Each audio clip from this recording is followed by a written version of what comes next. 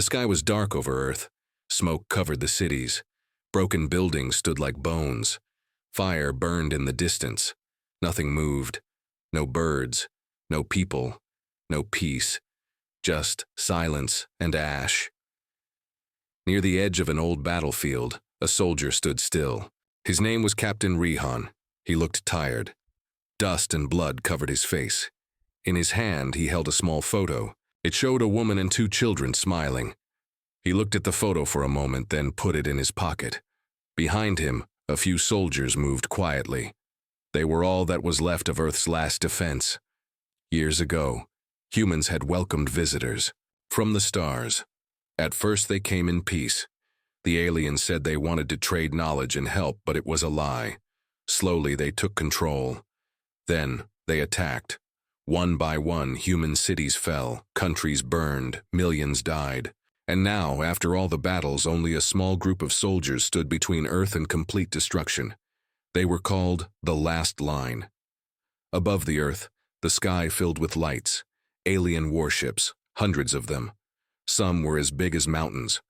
Some were fast and quiet like shadows. They pointed their weapons at the ground, ready to fire, ready to end it all. A voice came from the sky, cold, flat, not human. It spoke in every language at once. People of Earth, lay down your arms, surrender now. You will be allowed to live as slaves, resist, and you will all die. The soldiers did not speak. They waited. Captain Rehan looked up at the sky and smiled just a little. They want us to kneel, he said. But we are not made to kneel. One young soldier, barely 19, asked, "Sir, do we have a plan?" Rehan nodded. "We stand. That is the plan." Some of the soldiers laughed, not because it was funny, but because they were afraid, and because they had nothing else to do. They had no powerful weapons, no air support, no ships, just old guns, steel walls and human courage. They stood on the edge of a cliff. Below them was the last city still standing, barely. The aliens wanted it. If they took it, Earth was finished. But these soldiers had chosen to stay, even when they were ordered to fall back, even when everyone said the war was lost. Far away, lightning flashed, but it was not from the clouds. It was from space. Alien ships were charging their weapons. A soldier with a radio shouted, "Captain, the fleet is powering up. We have 10 minutes, maybe less." Rehan turned to his team. "Then let's give them something to remember." He walked slowly to the wall and picked up an old flag. It was torn and burned, but the colors still showed. Blue and green, the Earth flag. He raised it high so the alien drones could see. "We are the children of Earth," he said loudly so every soldier could hear. "We built cities from stone. We crossed oceans and climbed mountains. We reached for the stars. And when they came to take our home, we did not hide. We stood," the soldiers shouted together. A deep sound, a sound full of pain and pride. In the alien ship, the commanders watched the humans. One of them asked, "Why do they not run? They must know this is the end." Another replied, "They are human. They do not run. They fight." On the ground, the soldiers took position. They loaded their rifles. They checked their armor. Some whispered prayers. Some kissed photos. Some stayed quiet. Rehan stood in front, calm, ready. Then the sky lit up. Blue fire rained from the sky. The ground shook. Explosions tore the earth. Trees turned to dust. Walls fell, but the humans did not move. They fired back. Not many bullets, not many missiles. But every shot had meaning. Every shot said, "We are still here." Smoke covered the battlefield. Flames rose high. For a moment it looked like the humans were gone, but through the smoke shapes moved. They were still standing. A radio cracked. A soldier's voice came through. "We're still up, still fighting." The alien ship slowed down. The humans had no chance, no numbers, no power, but they had something else. They had will. They had each other. And they had nothing left to lose. Captain Rehan looked to the sky. He whispered, "Come and get us." The war was not over. Not yet. Not while one human still stood.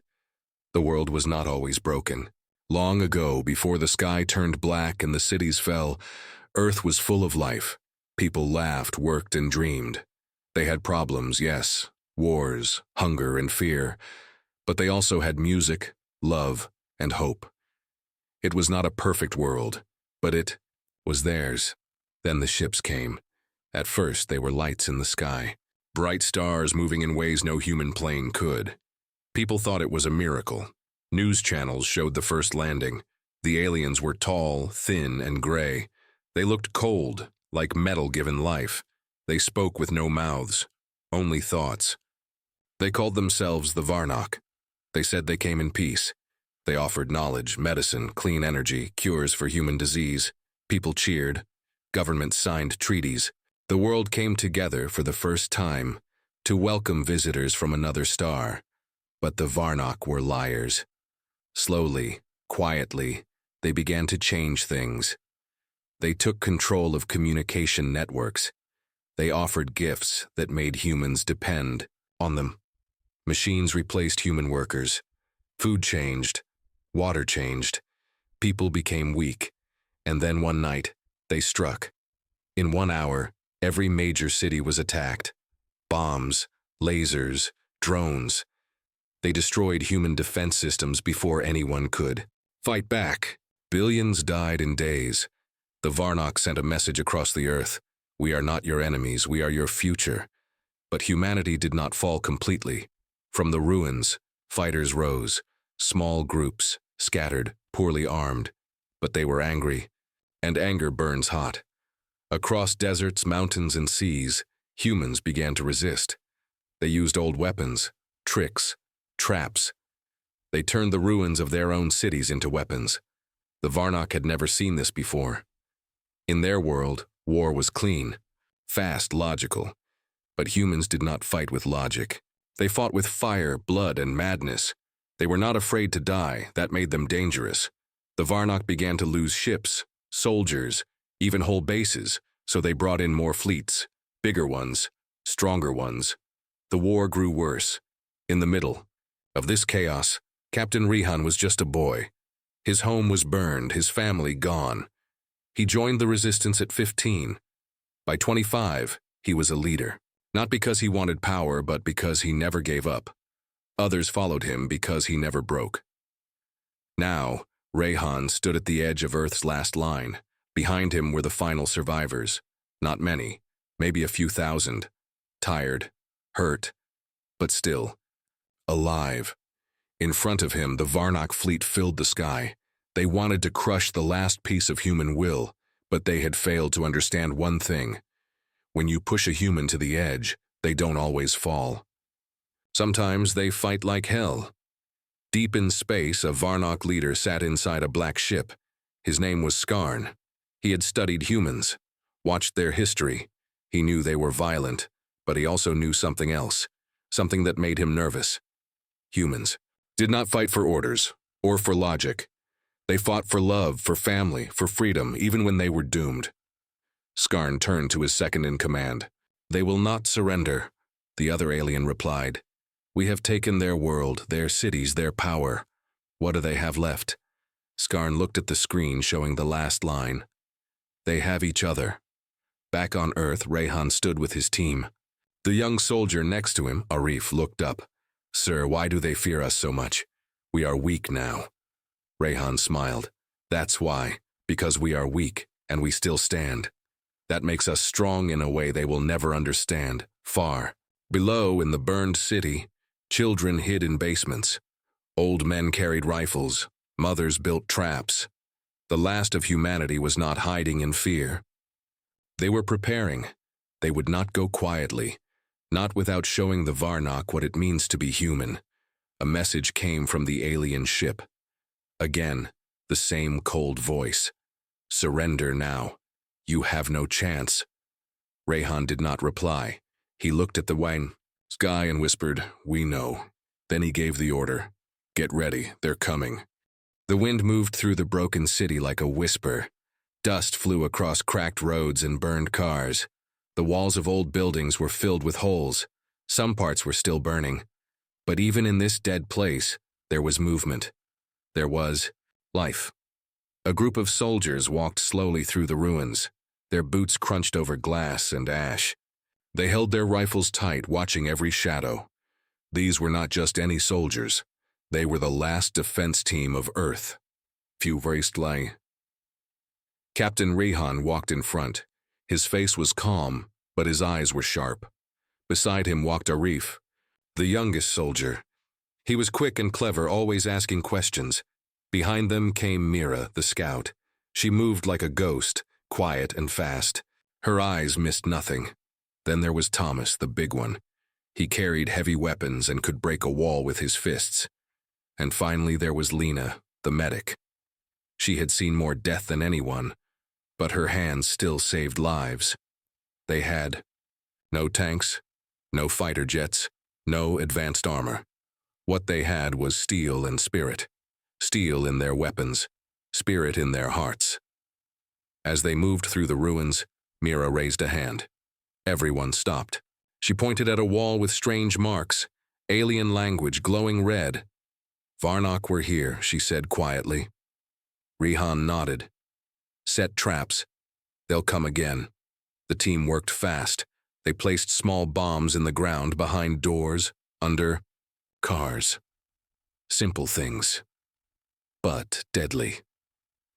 The Varnock, with all their technology, never understood how dangerous a small human trap could be. When the traps were ready, they returned to their base. It was hidden inside a half-fallen building. From the outside, it looked like a pile of junk. Inside, it was full of maps, wires, and old computer screens. Arif sat at the radio, turning dials. "Trying to pick up other human signals," he said. "Not much out there." Mira checked her rifle. "We may be the last ones in this area." Thomas looked up. "Then we fight for everyone who can't." Lena was checking an injured soldier's arm. She cleaned the wound, wrapped it, and smiled. "Still human," she said. "Still alive." The group rested for a few hours. Some slept, some cleaned weapons, some just stared into space. Outside, the sky began to glow red again. The Varnock were preparing another attack. Suddenly, a loud sound shook the ground. A flash of light hit the wall. The traps had gone off. "They're here," Rehan said. Everyone jumped into action. Arif grabbed the radio. "They're sending ground units. Small group, maybe scouts." Rehan gave the order. "Take positions. No one fires unless they get close." Minutes later, shadows moved through the ruins. Varnock soldiers, tall, silent, fast. Their armor shined in the dark, but they walked straight into the traps. One by one, they exploded. Screams filled the air. Then one Varnock, wounded but alive, crawled behind a wall. Mira ran after it, gun ready. But she stopped when she saw its face. It looked scared. It was bleeding blue liquid. It looked up at her and whispered, not with its voice but with its mind. "Why do you fight? You should be extinct." Mira stared at it. "Because we're human." The Varnock's eyes widened. It whispered one more thing before dying. "They fear you. That's why they want you gone." Later that night, Mira told the others what the Varnock said. Rehan nodded. "Makes sense. We don't follow rules, we break them. That's what scares them." Thomas laughed. "They came to take our world and found a species that bites back." Arif looked serious. "They think emotion is weakness, but it's our strength," Lena added. "They don't understand sacrifice or love or rage." Rehan stood up. "Then we show them what those things can do." The group stood together in the dark room, tired but ready. Outside, the enemy was watching. Inside, the humans were planning. They were not just fighting to survive anymore. They were fighting to teach the galaxy a lesson. You can take their cities, you can take their sky. But if even one human still stands, the war is not over. The nights were the worst. Cold, dark, and full of fear. The stars above were not stars anymore. They were enemy ships, watching from orbit. The soldiers of the last line didn't sleep much. They couldn't. Every sound, every light could mean an attack. Captain Rehan stood on the rooftop of their hidden base watching the sky. His face was hard, his body tired, but his mind stayed sharp. Something didn't feel right. For days now, the Varnock attacks had changed. They were smarter, faster. They avoided traps. They came through the weak points, almost like someone had told them where to strike. Inside the base, Arif was working on the radio. He had managed to fix an old scanning system. It beeped slowly. "Still nothing," he said. "No new human signals. No help is coming." Lena cleaned her medical tools in silence. Mira looked over the maps again. Thomas checked the weapons. Everyone was busy but nervous. That's when it happened. A blast shook the building. One of the traps inside the base had gone off. The team ran to the lower floor. Smoke filled the hall. A door had been opened, one that should have stayed closed. Inside, a small bomb meant for the enemy had exploded early. No one was hurt, but it could have been deadly. Rehan looked at the door. "Only someone inside the base could have opened this," he said. The room fell silent. For the first time, fear didn't come from the Varnock. It came from within. "Are you saying there's traitor?" Thomas asked. Rehan didn't answer. He didn't have to. They all understood. One of them had been talking to the enemy. The next few days were filled with tension. No one trusted anyone. Every look, every word felt heavy. They still fought the Varnock during the day, but at night, they watched each. The Rehan ordered Mira and Arif to quietly check the security logs. Maybe the cameras had seen something. Lena began checking medical records, looking for signs of stress, wounds that didn't match stories. Thomas guarded the entrance with 2 other soldiers. He didn't speak much anymore. Then Arif found something, a recording. It showed a figure sneaking out of the base at night. The image was blurry, the face covered, but the body size, the movement, it looked like someone they knew. It looked like Mira. Rehan didn't want to believe it. Mira had been with him for years. She had saved his life more than once, but they had no choice. He called everyone into the central room. "Mira," he said, "where were you 2 nights ago?" She frowned. "I was on watch." "No, you weren't," Arif said. "We checked the logs." Everyone stared at her. Mira looked at them, then at Rehan. Her voice was calm. "You think I betrayed you?" Rehan said nothing. Then Mira sighed. "Fine," she said. "I'll show you something." She reached into her pack. Everyone tensed. Hands went to weapons. But she didn't pull out a gun. She pulled out a small metal device. Varnock technology. "I took this from a scout weeks ago," she said. "I've been studying it. Trying to find a weakness." Lena stepped forward and took the device. "It's not sending signals," she said after checking. "It's just recording." Mira looked at Rehan. "You really thought I would betray you?" Rehan's voice was soft. "We had to be sure." Mira nodded slowly. "Then you should know this. Someone else is hiding something." She turned to Arif.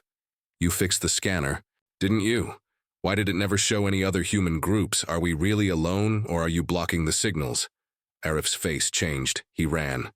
Thomas tackled him before he got far. The team pulled off his jacket. And there it was. A Varnock. Chip hidden in the back of his neck. "He's one of them," Lena said in shock. Maybe they turned him." Arif looked up, his eyes full of pain. "I didn't want to. They said they'd stop the war. They said they'd let Earth live if I helped them find you. I thought I was saving lives." Rehan's voice was like ice. "You were ending them. They locked Arif in a cell. They couldn't kill him, not yet. Maybe he could still give them useful information." That night, the team sat in silence. Betrayal hurt more than any wound. They had lost many friends in battle, but this felt different. Rehan looked at his team. "Listen to me," he said. "The Varnock tried to break us from the inside, but they failed. We're still here, still strong. Trust must be earned back. But it starts now." One by one, they nodded. The enemy had gotten close. Too close. But the line still held, and now they were ready to fight harder than ever. The wind blew strong through the dead city. Smoke rose from broken buildings. The ground was black with ash, but the sky was glowing red again. The Varnock ships were moving above, getting ready for something big. Everyone inside the base could feel it. The final storm was coming. Captain Rehan stood in front of a small fire, thinking quietly. They had survived betrayal. They had survived attacks. But the real battle had not even started. Arif, the traitor, had been taken away to another base where others could question him. Now the last line had only a few days to prepare. Rehan looked around at the faces of his team. Mira, silent but sharp. Tomas, strong and angry. Lena, calm but tired. Many others stood with them. Old, young, wounded, scared, but still ready. They will hit us hard, Rehan said. They think we're broken, but we're not. Mira replied, not yet. Thomas checked a rocket launcher and smiled. Let them come, we'll light up the sky. Rehan opened a map on the table. They're moving in from 3 sides. Their main ship is landing just outside the city. If we take that ship out, we break their command. Impossible, someone whispered. Maybe, Rehan said. But we don't need to win. We just need to hurt them so badly they remember who we are. Lena nodded. Make them bleed. For the next 2 days, the team worked like never before. They set traps in the buildings. They built fake walls. Bombs in old cars, sniper nests on rooftops. Children carried messages. Old men and women helped build defenses. No one rested. They had no tanks, no big guns, no support. They only had fire, fire in their hands, fire in their hearts. At night, the Varnox started testing the area. Scout drones flew low. Some were shot down. Others returned. Mira stood on a rooftop and watched. They're afraid, she said. They should be, Rehan replied. Then came the night before the battle. It was quiet. Too quiet. The team sat around a fire. No one talked much. Some cleaned weapons. Others wrote letters they would never send. Rehan finally spoke. Tomorrow we fight. Some of us may not live, but if we die as humans. Free, proud, unbroken. Thomas raised his gun. To Earth. To Earth, they all said together. The next morning, the sky turned black.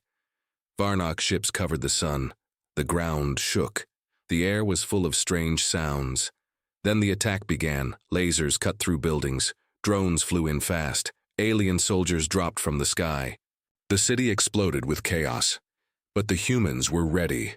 Traps exploded under the Varnox feet. Walls fell and crushed their machines. Snipers picked them off one by one.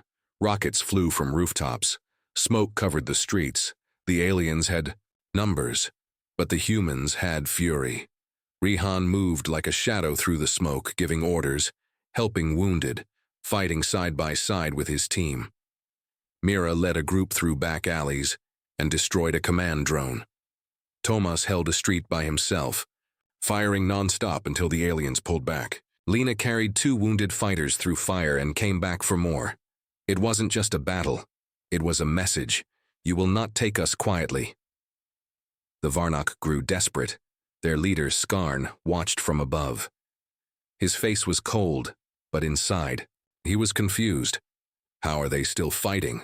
One of his commanders asked. Skarn answered, because we did not kill their hope. Back on Earth, Rehan saw the main ship landing outside the city. This was their chance. He gathered his team. This is it, he said. One final push. We take that ship or we die trying. They moved fast, using smoke and ruins for cover. Explosions lit the sky behind them.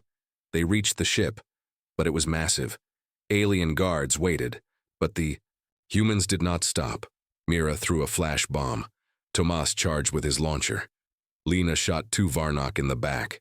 Rehan and 3 others reached the ship's side and planted charges. Fire in 10 seconds, Rehan shouted. They ran. The blast threw them to the ground. Fire filled the sky.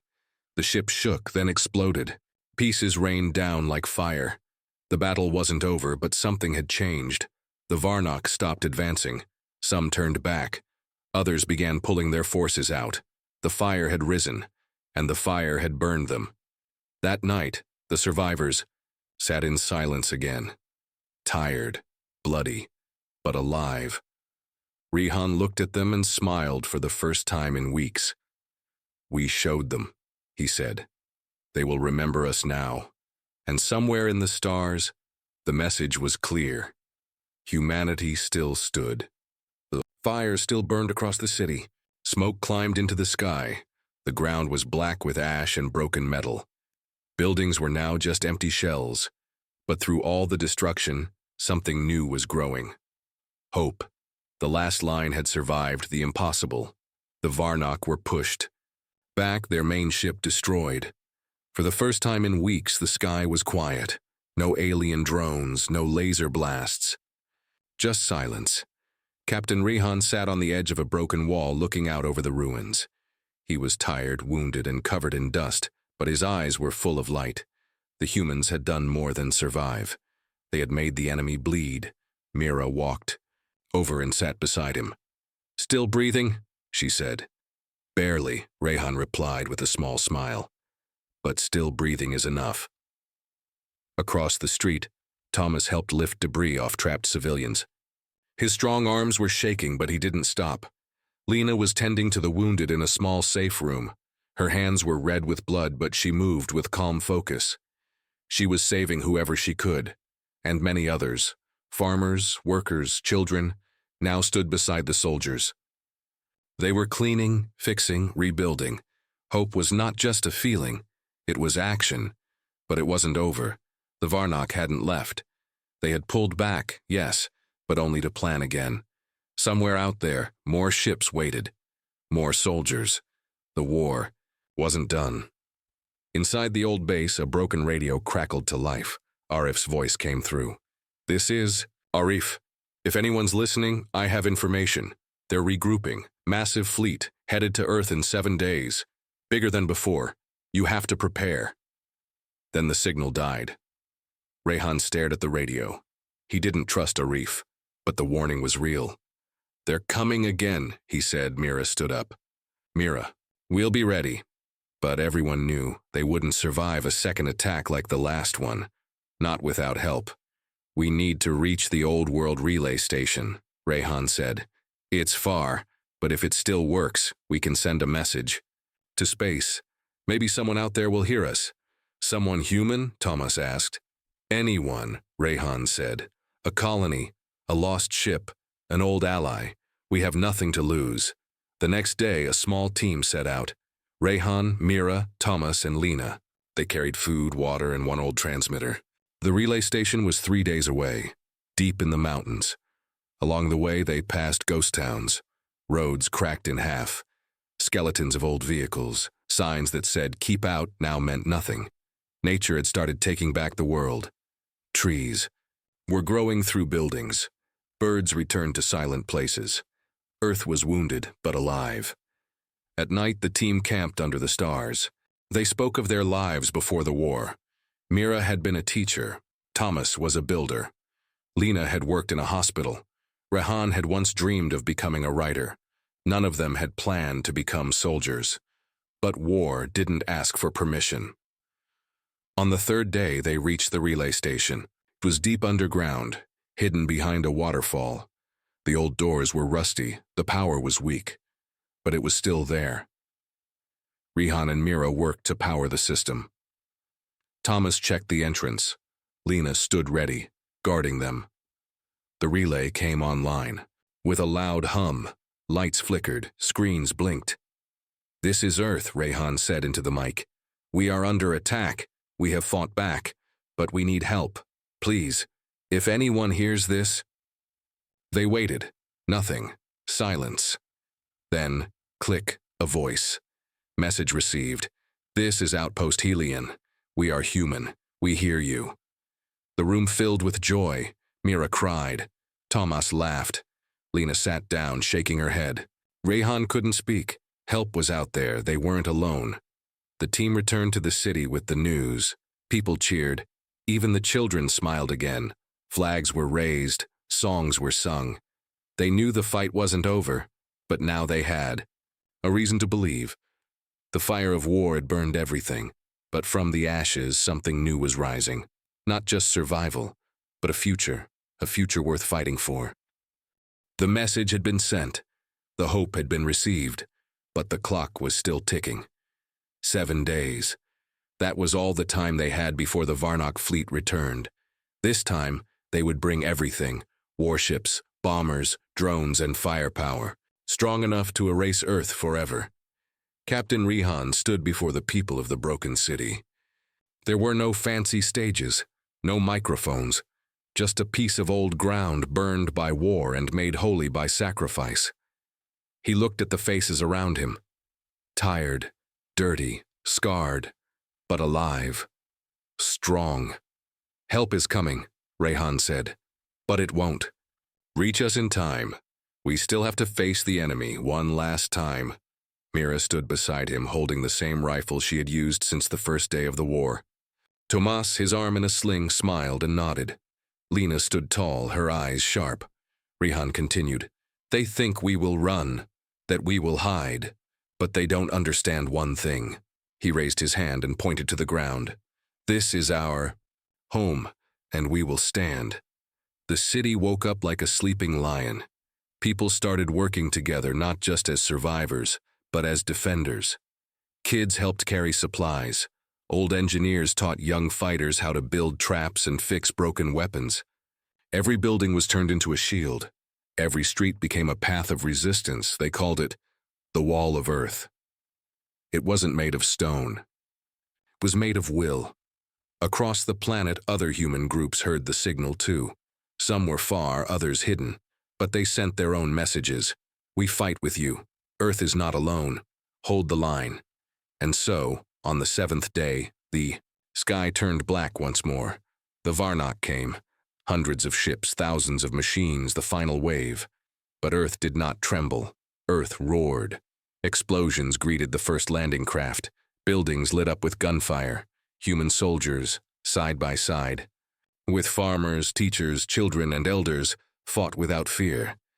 Rehan led the charge from the front. His voice was heard across the radio. "This is not just about Earth. This is about what it means to be human." Mira took out a Varnak commander with a perfect shot.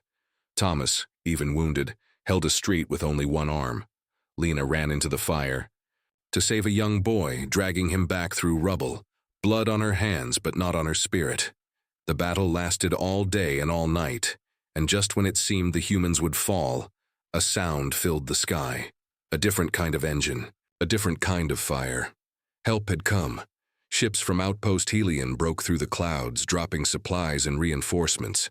Colonists, old war veterans, and free humans from space joined the fight. Lasers cut through enemy crafts. Bombers cleared the sky. The Varnak were finally outnumbered. The tide turned. For the first time, the Varnak knew fear. Skarn, the Varnak commander, watched the battle from his ship. "How?" he asked. "How did they survive this long?" A young Varnak soldier answered, "Because." They stood together. Skarn gave the final order. "Retreat." One by one, the Varnak ships fled Earth's sky. The war was not fully over, but the battle for Earth was won. Cheers filled the broken streets. Flags were raised high. Not one flag, but many. The flags of Earth's old nations together, torn, burned, and dirty, but still waving. Rehan stood again before the people, this time with tears in his eyes. "You didn't run," he said. "You didn't kneel. You stood. And now every star in the sky will know humanity stands together." Mira smiled. "They tried to bury us." Thomas laughed. "But they forgot we were seeds." Lena looked up. "This world will heal." And it did. In the days that followed, the cities were rebuilt. New alliances were formed. Children played in the streets again. And in the hearts of all who survived, one truth remained strong. The line was their grave, but they chose to stand anyway, and in doing so they lit a fire in the galaxy that would never die. Humanity had risen together, forever.